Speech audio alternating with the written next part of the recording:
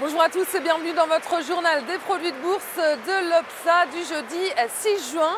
Le CAC 40 perd 1,87%, il retombe sous les 3900 points. La Fed domine les marchés avec les craintes de voir une limitation, une diminution de la politique monétaire de l'institution. Et les indicateurs américains mitigés n'ont pas aidé à relever la tendance ici à Paris. Et les investisseurs attendent la réunion de la Banque centrale européenne jeudi. Et du côté des valeurs, les groupes de vin et de spiritueux sont sous l'eau. EADS également cède du terrain et aussi dans le secteur de la construction, Vinci et Lafarge sont en recul. En revanche, EDF s'en sort plutôt bien, en légère hausse.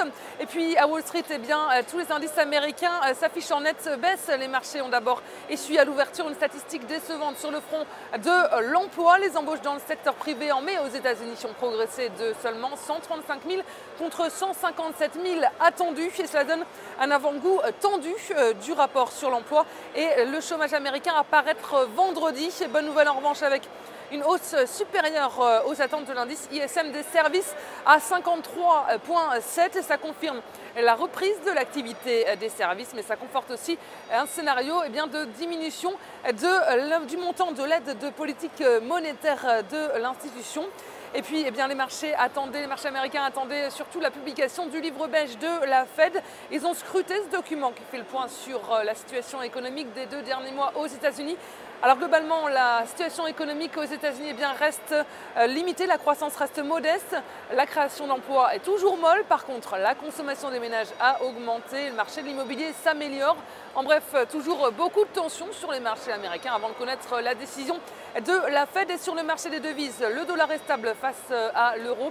Du côté des matières premières, les cours du pétrole ont fini en hausse à New York, un signe positif pour le premier consommateur mondial de brut. Et la valeur du jour, c'est aujourd'hui le fabricant de pneumatiques Michelin. Graphiquement, le titre a amorcé un rebond technique sur le support à 58 € et il consolide désormais au-dessus de sa moyenne mobile à 50 jours, actuellement à 65,40 €.